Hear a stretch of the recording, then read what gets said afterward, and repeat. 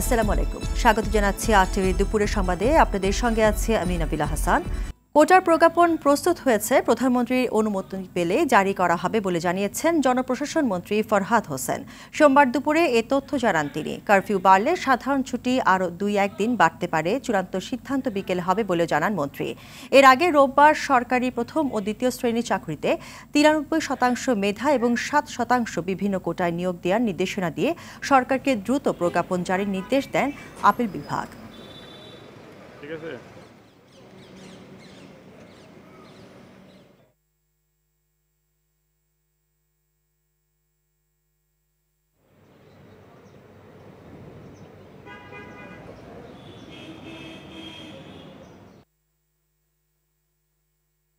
আর ছুটির ব্যাপারটা মাননীয় প্রধানমন্ত্রী এতে বসছেন আজকে আপনার বিজনেস কমিউনিটির সাথে বোর্ডের আর সার্বিক সব বিষয়ে আলোচনা করে পরিস্থিতি আলোচনা করে তিনি সিদ্ধান্ত দিবেন।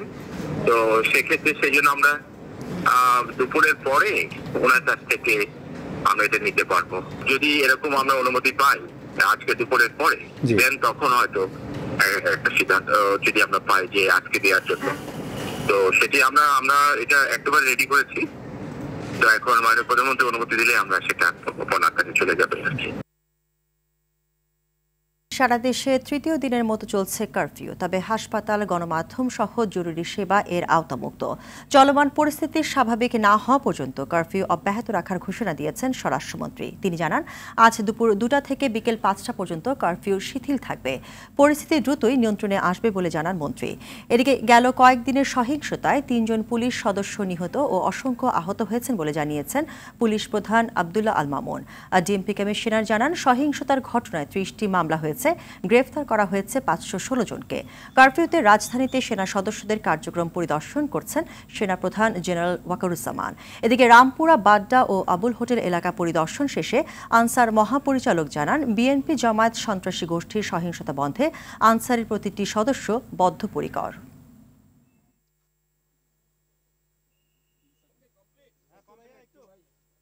বিএনপি জামাতের সন্ত্রাসী গোষ্ঠীর সহিংসতা বন্ধে সাধারণ মানুষের জানমালের নিরাপত্তা রক্ষায় বাংলাদেশ আনসার এবং গ্রাম প্রতিরক্ষা বাহিনীর প্রতিটি সদস্য বদ্ধপরিকর। আমরা আমাদের সর্বোচ্চ প্রচেষ্টার মাধ্যমে সন্ত্রাসী কর্মকাণ্ড প্রতিহত করতে সক্ষম হয়েছি। দর্শক, রাজধানীর তৃতীয় দিনের কারফিউর চিত্র জেনে নেব সহকর্মী জাহিদ রহমানের কাছ থেকে। তৃতীয় দিনের মতো সারা দেশে কারফিউ চলছে। অনির্দিষ্টকালের এই কারফিউ ইতিমধ্যেই আজকের জন্য 3 ঘন্টার শিথিলতা রয়েছে, দুপুর 2টা থেকে 5টা পর্যন্ত। আপনারা দেখতে পাচ্ছেন এই মুহূর্তে আমি যেখানটায় দাঁড়িয়ে রয়েছি সেখানে সেনাবাহিনীর সদস্যরা রয়েছেন এবং যারা জরুরি প্রয়োজনে বের হয়েছেন তাদের কারফিউ পাস থাকা সাপেক্ষেই মূলত তাদেরকে অনুমতি দেওয়া হচ্ছে। এবং এখানে যারা রেখেছেন আপনার যে যান রয়েছে সেনাবাহিনীর, সেগুলো কিন্তু প্রত্যেকটি মোড়ে মোড়েই কিন্তু তারা অবস্থান করছেন এবং বিশেষ করে জরুরি প্রয়োজন ছাড়া কাউকে বের হতে এর মধ্যেই কিন্তু নিষেধাজ্ঞা বলা হচ্ছে বারবার, এবং বিভিন্ন জায়গায় আমরা দেখেছি যে তাদেরকে সরিয়ে দেওয়া হচ্ছে। এবং এই পরিস্থিতিতে আসলেই কিছুটা উদ্বিগ্ন উৎকণ্ঠার মধ্যে থাকলেও কারফিউর মধ্যে জরুরি প্রয়োজন ছাড়া অনেকেই বের হচ্ছেন না। এই ছিল আমার কাছে সবশেষ। মৎস্য ভবন থেকে জানাচ্ছিলেন জাহিদ রহমান। চলমান পরিস্থিতিতে অর্থনৈতিক সংকট মোকাবেলায় ব্যবসায়ী সংগঠনগুলোর প্রধান ও দেশের শীর্ষস্থানীয় ব্যবসায়ীদের সঙ্গে বৈঠকে বসবেন প্রধানমন্ত্রী শেখ হাসিনা। বিকেল 3টায় গণভবনে ব্যবসায়ীদের সঙ্গে প্রধানমন্ত্রীর এই বৈঠক অনুষ্ঠিত হবে। এতে দেশের সার্বিক অর্থনৈতিক পরিস্থিতি, যোগাযোগ ব্যবস্থা, পণ্য সরবরাহ, বাজারে নিত্যপণ্যের দাম নিয়ে আলোচনা হওয়ার কথা রয়েছে। এছাড়া চলমান কারফিউ বাড়বে কিনা, সাধারণ ছুটি সহ বেশ কিছু গুরুত্বপূর্ণ বিষয়ে আলোচনা হতে পারে।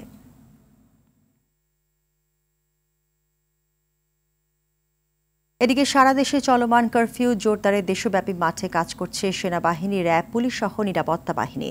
গাজীপুরে বিভিন্ন স্থানে টহল দিচ্ছে সেনাবাহিনী। বরিশালে 6 প্লাটুন সেনাবাহিনী ও 4 প্লাটুন বিজিবি একজন নির্বাহী ম্যাজিস্ট্রেটের নেতৃত্বে মাঠে কাজ করছে। বাড়তি নিরাপত্তায় চেকপোস্টে বসিয়েছে বরিশাল থানা পুলিশ। চট্টগ্রামে মোড়ে মোড়ে টহল দিচ্ছে সেনাবাহিনী। রংপুরে পরিস্থিতি স্বাভাবিক রয়েছে।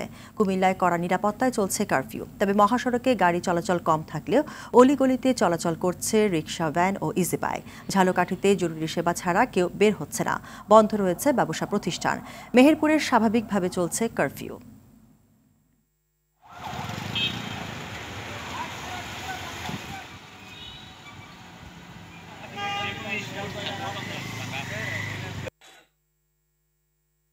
দর্শক, মেহেরপুরের কারফিউর পরিস্থিতি জানাচ্ছেন সহকর্মী মাজিদুল হক মানিক। মেহেরপুর জেলার সার্বিক যে আইন শৃঙ্খলার পরিস্থিতি সেটা আসলে একেবারে শান্তিপূর্ণ পরিবেশ বজায় রয়েছে এবং যেখানে কারফিউ শুরু থেকে এ পর্যন্ত আইন শৃঙ্খলা রক্ষাকারীর বিভিন্ন যে বাহিনী আছে তারা কিন্তু টহল দিচ্ছেন। আমরা যদি একটু দেখি যে এই যে আঞ্চলিক যে মহাসড়ক আছে এই মহাসড়কে এখনও পুলিশ, ম্যাজিস্ট্রেট এবং অন্যান্য আইন শৃঙ্খলা রক্ষাকারী বাহিনীর টহল কিন্তু রয়েছে। আমরা জেলা প্রশাসকের সাথে কথা বলেছি, তিনি আমাদেরকে জানিয়েছেন যে মেহেরপুর জেলায় 2 প্লাটুন সেনাবাহিনীর সদস্য মোতায়েন রয়েছে, তারা দায়িত্ব পালন করছেন বিভিন্ন সড়কে এবং এখানে বেশ কয়েকজন নির্বাহী ম্যাজিস্ট্রেট রয়েছেন যে যারা নির্বাহী ম্যাজিস্ট্রেট রয়েছেন যারা দায়িত্ব পালন করছেন আইন শৃঙ্খলা রক্ষাকারী বাহিনীর সাথে। আমরা যদি একটু বাম দিকে যদি একটু আসি তাহলে এই যে এখানে আনসার সদস্যরা সরকারি স্থাপনাগুলো এইভাবে তারা কিন্তু পাহারা করছেন, বিভিন্ন গুরুত্বপূর্ণ সরকারি সড়ক, গুরুত্বপূর্ণ স্থাপনা সেখানে কিন্তু আইন শৃঙ্খলা রক্ষাকারী বাহিনীর সদস্যদের মোতায়েন করা হয়েছে এবং তারা দায়িত্ব পালন করছেন। এছাড়াও সড়কে বিভিন্ন সময়ে মাইকিং করা হচ্ছে কারফিউর এবং কারফিউ মানার বিষয়টাও কিন্তু যে মানানো হচ্ছে, বিভিন্নভাবেই মানানো হচ্ছে। ভ্রাম্যমাণ আদালত চালু রয়েছে এবং আইন শৃঙ্খলা রক্ষাকারী বাহিনীর যারা সদস্য আছেন তারা কিন্তু একেবারে পালাক্রমে নিয়মিত টহল দিয়ে যাচ্ছেন। তবে আন্দোলনের শুরু থেকে এ পর্যন্ত মেহেরপুর জেলায় কোনো ধরনের বিশৃঙ্খল পরিস্থিতি হয়নি। আন্দোলনের পক্ষে সপক্ষে তেমন কেউ মাঠে ছিল না, আর সেই কারণে প্রথম থেকে আজ পর্যন্ত কিন্তু একটা শান্তিপূর্ণ অবস্থা মেহেরপুর জেলায় বিরাজ রয়েছে। তবে প্রশাসন, আইন শৃঙ্খলা রক্ষাকারী বাহিনী তারা যেহেতু সচেতন রয়েছে, নানাভাবে দায়িত্ব পালন করছেন, যে কোনো পরিস্থিতি মোকাবেলা করার জন্য প্রস্তুত রয়েছেন বলে জেলা প্রশাসক এবং পুলিশ সুপার আমাদেরকে নিশ্চিত করেছেন। এই ছিল মেহেরপুর থেকে কারফিউ নিয়ে সর্বশেষ অবস্থা। মেহেরপুরের কারফিউ পরিস্থিতি জানাচ্ছিলেন মাজিদুল হক মানিক। গাইবান্ধার কারফিউ পরিস্থিতি জেনে নেব সহকর্মী ফেরদৌস জুয়েলের কাছ থেকে। গাইবান্ধায় কারফিউ চলাকালে জরুরি সেবা ছাড়া সকল বিপণী বিতান, দোকানপাট বন্ধ থাকায় শহরের মানুষের চলাচল অনেকটাই কম। কিছু রিক্সা, বাইসাইকেল চললেও তার পরিমাণ একেবারেই নগণ্য। মাঝে মাঝে ব্যাটারি চালিত অটো দেখা গেলেও তাতে যাত্রী ছিল না। পুলিশ, সেনাবাহিনী ও র্যাবের বিশেষ টিমগুলো জেলা শহর ও উপজেলা শহরগুলোতে ব্যাপক টহল দিচ্ছে। পুলিশের পক্ষ থেকে শহরের গুরুত্বপূর্ণ পয়েন্টে চেকপোস্ট বসানো হয়েছে। শহরের 1 নং রেলগেটে দেখা গেছে পুলিশ চেকপোস্টে গুরুত্বপূর্ণ কাজ ছাড়া কোনো ব্যক্তিকে রেলগেট অতিক্রম করতে দেওয়া হচ্ছে না। মোটরসাইকেলের চলাচলে ছিল সম্পূর্ণ নিষেধাজ্ঞা। এদিকে গাইবান্ধা শহরের পুরাতন বাজার, নতুন বাজার, হকার্স মার্কেট এবং বিভিন্ন কাঁচা বাজারগুলো ছিল ক্রেতা শূন্য। গাইবান্ধা রেলওয়ে স্টেশনের পূর্ব পাশে হোটেল ও দোকানগুলো খোলা থাকলেও শহরের সার্কুলার রোড, ডিবি রোড, কাচারি বাজার এলাকায় খাবারের দোকানগুলো সম্পূর্ণ বন্ধ রয়েছে। কারফিউ শিথিলের ব্যাপারে জেলা প্রশাসক কাজী নাহিদ রসুল জানিয়েছেন, জনপ্রশাসন মন্ত্রণালয় এবং বিভাগীয় কমিশনারের নির্দেশনা মোতাবেক গাইবান্ধার পরিস্থিতি বিবেচনা করে পরবর্তী ব্যবস্থা নেওয়া হবে। এই ছিল গাইবান্ধার সর্বশেষ তথ্য। গাইবান্ধার কারফিউ পরিস্থিতি জানাচ্ছিলেন ফেরদৌস জুয়েল।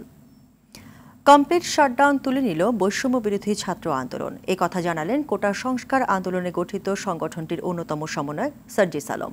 নতুন করে আরও 4 দাবি জানান তিনি। সার্জিস আলম বলেন, সরকারকে 48 ঘন্টার মধ্যে কারফিউ তুলে নিয়ে জনজীবন স্বাভাবিক করতে হবে। বিশ্ববিদ্যালয় ক্যাম্পাস থেকে আইন শৃঙ্খলা বাহিনীর সদস্যদের প্রত্যাহার করতে হবে ও হল খুলে দিতে হবে। সমন্বয়কদের নিরাপত্তা নিশ্চিত ও ইন্টারনেট পরিষেবা চালু করার দাবি বৈষম্য বিরোধী ছাত্র আন্দোলনের। সরকার যেহেতু তার জায়গা থেকে কারফিউ দিয়েছে এবং কারফিউ চলমান রয়েছে, সেই জায়গা থেকে আমরা আসলে 2 দিনের একটি আলটিমেটাম দিয়ে আমরা জরুরি ভিত্তিতে 4টি দাবি জানিয়েছি। এর মধ্যে একটি হচ্ছে আমরা আমাদের জায়গা থেকে শাটডাউন তুলে নিয়েছি এবং আমরা চাই যে সরকারও কারফিউ তুলে নিক এবং স্বাভাবিক জনজীবন ফিরে আসুক। দ্বিতীয়ত আমরা চাই যে ইন্টারনেট ব্যবস্থাটি সচল করে দেওয়া হোক। তৃতীয়ত হচ্ছে আমরা চেয়েছি যে ক্যাম্পাস থেকে আইন শৃঙ্খলা রক্ষাকারী বাহিনীকে সরিয়ে নিয়ে হলগুলোকে খুলে দেওয়া হোক। এবং চতুর্থত মোস্ট ইম্পর্টেন্টলি সমন্বয়কদের নিরাপত্তার ব্যবস্থা করা হোক, কারণ সমন্বয়কে আমরা আসলে নিরাপত্তাহীনতায় ভুগছি এবং আমাদের অন্যতম একজন সমন্বয়ক নাহিদ ইসলামকে তো তুলে নিয়ে গিয়ে শারীরিক এবং মানসিকভাবে অত্যাচার করা হয়েছে, আমাদের মধ্যে আরো ভীতি সৃষ্টি করেছে। সেই জায়গা থেকে আমরা রাষ্ট্র বা সরকারের কাছে আরো নিরাপত্তাটি প্রত্যাশা করি। গ্যাস বিদ্যুৎ বিল রিচার্জ কার্যক্রম স্বাভাবিক করতে কাজ চলছে। দ্রুত সমস্যার সমাধান হবে বলে জানিয়েছেন বিদ্যুৎ প্রতিমন্ত্রী নসরুল হামিদ। সংকট মোকাবেলায় প্রধানমন্ত্রী শেখ হাসিনার নির্দেশে সিঙ্গেল ফেজ মিটারে ১,০০০ টাকা থেকে বাড়িয়ে ২,০০০ ও 3 ফেজ মিটারে ৩,০০০ থেকে বাড়িয়ে ৫,০০০ টাকা লোনের ব্যবস্থা করেছে ওসপাডিকো। এছাড়া ডেস্কো ডিপিডিসির বিল মোবাইল ব্যাংকিংয়ের মাধ্যমে দেয়া যাচ্ছে বলে জানান প্রতিমন্ত্রী। সকালে ঢাকার বিদ্যুৎ ভবনে ব্রিফিংয়ে প্রতিমন্ত্রী জানান, সারা দেশে বিদ্যুৎ সরবরাহ স্বাভাবিক রয়েছে। তিনি বলেন, বিএনপি জামাত শিবিরের নৈরাজ্যে বিদ্যুৎ খাতে ১,০০০ কোটি টাকার ক্ষতি হয়েছে।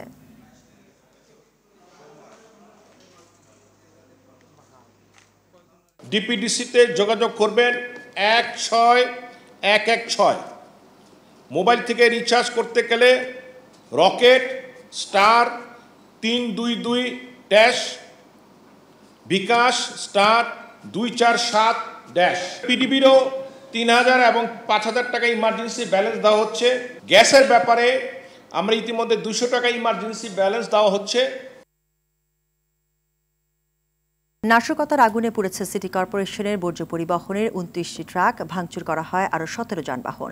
গেল শুক্রবার ঢাকা উত্তর সিটি কর্পোরেশনের অঞ্চল ৪ কার্যালয়ে দুর্বৃত্তরা এ হামলা চালায়। গাড়ি অচল হওয়ায় মিরপুরের পথে পথে জমেছে আবর্জনা। দুর্গন্ধ ছড়িয়ে পড়ায় অস্বস্তিতে সাধারণ মানুষ।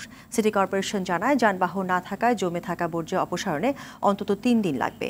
সাকিবুর রহমানের রিপোর্টে বিস্তারিত। প্রথম দেখায় মনে হতে পারে যুদ্ধবিধ্বস্ত কোনো দেশের চিত্র, কিন্তু এটি আসলে ঢাকা উত্তর সিটি কর্পোরেশনের অঞ্চল ৪-এর কার্যালয়। গেল শুক্রবার এই অফিসে তাণ্ডব চালায় দুর্বৃত্তরা। প্রথমে চালানো হয় ভাঙচুর, এরপর একে একে জ্বালিয়ে দেয়া হয় বর্জ্য ব্যবস্থাপনায় ব্যবহার করা গাড়িতে। ৩ দিন পরেও এখনও ধোঁয়া উঠছে এসব ধ্বংসস্তূপ থেকে। এই অফিসে কর্মরতরা বলছেন, হঠাৎ করেই চারপাশ থেকে সিটি কর্পোরেশনের অফিসে ঢুকে পড়ে দুর্বৃত্তরা। তবে সেখানে কোনো শিক্ষার্থী ছিল না। শুক্রবার দিন দেখি প্রায় ২-৩ হাজার লোক ভিতরে ঢুইকা আগে গ্লাস ভাঙচুর করলো, এরপর ধাপে ধাপে প্রত্যেকটা সারিতে আগুন জ্বালাই দিল গাড়ি। আমরা এই দেখে শুধু আমরা নিজেরা আত্মরক্ষার জন্য আমরা গেটের ভিতরে ছিলাম। চারো পাশ দিয়ে দেয়াল দিয়ে ওরকম লোক আসতেছে, কিন্তু 14-15 বছরের সব ছেলেগুলা, এগুলা স্টুডেন্ট না। আগুন নিভাতে আসলে পরে তারপরে ওরা আরো লোকজন এসে হামলা করে, আগুন নিভানোর চেষ্টা করলে তারা নিভাইতে দেয়নি আমাদেরকে। যখন সিটি কর্পোরেশনের বর্জ্যের গাড়ি পুড়িয়ে দেয়া হয়, সেই সময় মিরপুরের প্রধান প্রধান সড়কে জমে আছে বর্জ্যের স্তূপ। এই রাস্তায় এখন চলাচলে সব থেকে ভোগান্তি পোয়াচ্ছেন এলাকাবাসী। দুর্গন্ধ ছড়িয়ে পড়ায় মুখে কাপড় দিয়েও রেহাই মিলছে না। স্থানীয়রা দ্রুত এই সমস্যার সমাধান চেয়েছেন। একের পর এক ময়লার স্তূপ বাঁধছে, এলাকা অনেকেই অসুস্থ হয়ে পড়ছে। আমরা কোনো সুরাহা পাচ্ছি না, কোনো ব্যবস্থা কেউ নিচ্ছে না। এই 3 দিন পর্যন্ত এখানে ময়লাটা এখানে জমে রয়েছে। আমাদের সামনে পাম্প, এমন পরিবেশ সৃষ্টি হয়েছে, আমাদের তো থাকতেই কষ্টকর হইতেছে। সাধারণ মানুষ এগিয়ে দিয়ে যাইতে পারতেছে না। গন্ধে আশেপাশে যারা ব্যবসা বাণিজ্য যারা করতেছে তাদেরকে সমস্যা। সিটি কর্পোরেশন বলছে, গাড়ি না থাকায় অন্তত 3 দিন লাগবে রাস্তা থেকে বর্জ্য অপসারণ করতে। কিলোমিটার ধরে বর্জ্য পড়ে আছে রাস্তার পাশে, সেটি আমরা খুব গুরুত্বের সাথে কালকেও আমরা কাজ করেছি, আজকে সকাল থেকে কাজ করছি, কাজ অব্যাহত আছে। আমার ধারণা যে ইনশাল্লাহ আমরা আগামী 2-3 দিনের মধ্যে একটা স্বাভাবিক পরিবেশে ফিরিয়ে আনতে পারবো। এই সময়ে নগরবাসীকে ধৈর্য ধরে কর্পোরেশনকে সহায়তার আহ্বান বর্জ্য ব্যবস্থাপনা প্রধানের। সাকিবুর রহমান, RTV, ঢাকা। কোটা সংস্কার আন্দোলন ও দেশব্যাপী জ্বালাও পোড়া পরিস্থিতির বড় প্রভাব পড়েছে নিত্যপণ্যের বাজারে। পণ্যবাহী পরিবহন ঢাকায় প্রবেশ করতে না পারার কারণে এমন পরিস্থিতি তৈরি হয়েছে। বিশেষ করে সবজি আর মাছের বাজার খানিকটা অস্থিতিশীল। বিক্রেতারা বলছেন, পণ্য পরিবহনের সাথে বাজারের সংকট আছে ক্রেতাদেরও। সবজির দাম কেজি প্রতি বেড়েছে 5 থেকে 60 টাকা, মুরগি আর ডিমের দামও বেড়েছে খানিকটা।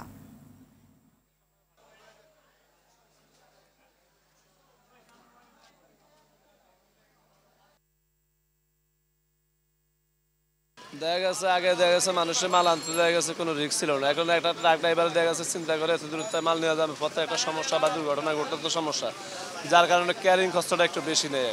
যতটুকু নেওয়া দরকার তার থেকে অনেক কম নিয়ে চলতেছি, কারণ এটা বাজারে যে দামের যে অবস্থা সে তুলনায় আমরা পরিমাণটা আমরা নিতে পারি না। আমরা চাইতেছি শান্তিভাবে চলক দেশ, যেভাবে সরকারেরও সমালোচনা করতে হবে, পাবলিকেরও সমালোচনা করতে হবে। অবশ্যই শান্তিপূর্ণভাবে চাই, দেশে একটা শান্তি পরিপূর্ণ সুবাতাস বসুক, যাতে কোনোভাবে কোনো সহিংসতা না হয়, কোনোভাবে কোনো মায়ের বুক খালি না হয়, এটা আমরা অবশ্যই চাই। ভোলার মনপুরা লঞ্চ ঘাটের রাস্তা পাকা না হওয়ায় বর্ষা মৌসুমে চরম দুর্ভোগে পড়েন যাত্রীরা। কাদা পানি মারিয়ে লঞ্চে উঠতে হয় চলাচলকারীদের। ঝুঁকি নিয়ে যাতায়াত করায় অনেক সময় ঘটে দুর্ঘটনা। সবচেয়ে বেশি দুর্ভোগ পোহান রোগীরা। মনপুরা সংবাদদাতা সোহাগ মাহমুদ সৈকতের পাঠানো তথ্যচিত্রে সৈয়দা সামিয়া তামান্নার রিপোর্ট। চরম দুরবস্থা ভোলার মনপুরার রামনিয়াজ লঞ্চ ঘাটের। 2 বছর আগে পশ্চিম পাশ থেকে এটি পূর্ব পাশে সরানো হলেও রাস্তা সংস্কার না করায় বিপাকে আছেন যাত্রীরা। বর্ষায় সামান্য বৃষ্টিতে পানি জমে রাস্তাটিতে। এছাড়া টার্মিনাল থেকে নিচু হয় মেঘনা নদীর জোয়ারের পানিতে ডুবে যায় রাস্তা। এতে সবচেয়ে বেশি ভোগান্তিতে পড়েন রোগীরা। অনেকেই বাধ্য হয়ে ট্রলার ভাড়া করে ওঠেন লঞ্চে। অসুস্থ রোগী নিয়ে আমরা আসতে হয় ইমার্জেন্সিতে, তাই এই জন্য জোয়ার হলে রোডটা ডুবে যায়। এই অসুস্থ রোগী নিয়ে আমরা লঞ্চ অনেক সময় ফেল করি। এই রাস্তাটা আমাদের জন্য অনেক একটা ঝুঁকিপূর্ণ বিষয়, যেটা আগের চেয়ে অনেকটা নিচু হয়ে একবারে নিচু হয়ে গেছে। সামান্য জোয়ার আসলে রাস্তাটা ডুবে যায়। রাস্তাটি ঝুঁকিপূর্ণ হয়, মালামাল উঠাতেও কষ্ট হয় শ্রমিকদের। মরার উপর খাড়ার ঘা হিসেবে সম্প্রতি ঘূর্ণিঝড় রেমালে রাস্তাটি আরো ক্ষতিগ্রস্ত হয়েছে। রাস্তাটা খুব খারাপ হওয়ার কারণে যে আমাদের দৈনিক 250 থেকে 300 ঝুড়ি যায়। ভ্যান গাড়িতে ঝুড়ি পড়ে অনেক মাছও ক্ষয়ক্ষতি হয়। মনপুরাতে বসবাস করি, আমাদের একমাত্র যানবাহন হচ্ছে ঢাকাতে এই লঞ্চ। আমাদের রামরাজ লঞ্চ ঘাট জোয়ারের পানিতে একদম ডুবে যায়। আমরা চাই দ্রুত আমাদের রামরাজ ঘাটের মেরামত করা হোক। লঞ্চ ঘাটের বেহাল দশার বিষয়টি অবগত প্রশাসন। এটি সংস্কারে বরিশাল ডিভিশনের ঊর্ধ্বতন কর্মকর্তাদের জানানো হয়েছে বলে জানান বিআইডব্লিউটি এর কর্মকর্তা।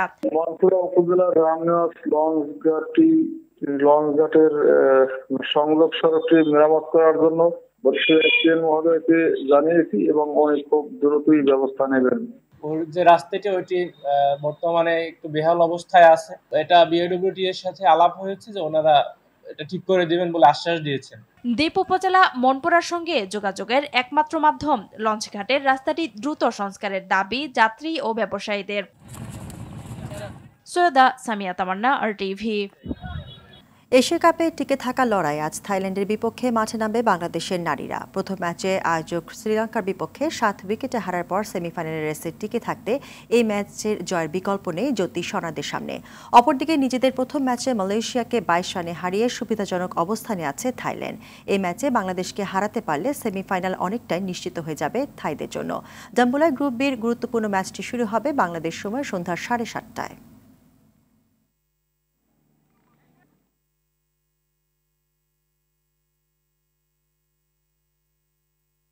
ফুটবল সাফ প্রস্তুতিতে ভুটান গেল ডিফেন্ডিং চ্যাম্পিয়ন বাংলাদেশ নারী ফুটবল দল। দেশটির রাজধানী থিম্পুতে স্বাগতিক ভুটানের বিপক্ষে আগামী 24 ও 27 জুলাই দুটি ফিফা আন্তর্জাতিক প্রীতি ম্যাচ খেলবে সাবিনা কৃষ্ণারা। এই সিরিজ দিয়ে সাফের আগে নিজেদের ঝালিয়ে নেওয়াই লক্ষ্য বাংলাদেশ নারী দলের। নাজমুল সাকিবের রিপোর্টে বিস্তারিত। বাংলাদেশ ক্রীড়া পাগল জাতি হলেও ক্রীড়াঙ্গনে সাফল্য যেন সোনার হরিণ। হাতে গোনা যে 2-1টি সাফল্য ধরা দিয়েছে তার মধ্যে অন্যতম সাফ ফুটবলে মেয়েদের শিরোপা জয়। নেপালের মাটিতে হিমালয় কন্যাদের হারিয়ে প্রথমবার সাফ জয়ের ইতিহাস গড়ে বাংলাদেশের মেয়েরা। সাফের সবশেষ আসরে ঐতিহাসিক সেই জয়ের পর দেশে ফিরলে ছাদখোলা বাসে বরণ করা হয়েছিল বাংলার সফল কন্যাদের। দক্ষিণ এশিয়ার সেরা হয়ে ফেরার পরও সেভাবে এগোয়নি দেশের নারী ফুটবল। ফুটবলার তুলে আনতে ও উন্নতিতে ঘরোয়া ফুটবল যেখানে বড় ভূমিকা রাখে, সেখানে এখনও বড় ক্লাবগুলোকে মেয়েদের লিগে খেলাতে পারছে না বাফুফে। গড়ে ওঠেনি আর্থিক কাঠামো, স্পন্সর কিংবা টাকার অভাবে আন্তর্জাতিক ম্যাচে অংশগ্রহণও করতে পারে না বাংলাদেশ। সাবিনারা প্রতিযোগিতামূলক ম্যাচ খেলেছে তাই হাতে গোনা 2-1টি। তবে আসন্ন সাফ আসর সামনে রেখে অবশেষে জাতীয় দলের জন্য দুটি প্রস্তুতি ম্যাচের ব্যবস্থা করেছে বাফুফে। মারিয়া কৃষ্ণাদের ভুটান পাঠিয়েছে দুটি ম্যাচ খেলতে। সোমবার সকালে বিমান যোগে ভুটান যায় সাবিনারা। স্বাগতিক ভুটানের বিপক্ষে থিম্পুতে সে দুটি ম্যাচেই হবে সাফের জন্য নিজেদের ঝালিয়ে নেওয়ার শেষ সুযোগ। নাজমুস সাকিব, RTV, ঢাকা। দুপুরের সংবাদ এই পর্যন্তই। সর্বশেষ সংবাদ জানতে যে কোনো মোবাইল থেকে 24141 নম্বরে ডায়াল করুন। জেলার সংবাদ বিকেল 4:45টায় দেখার আমন্ত্রণ রইল। ধন্যবাদ সবাইকে।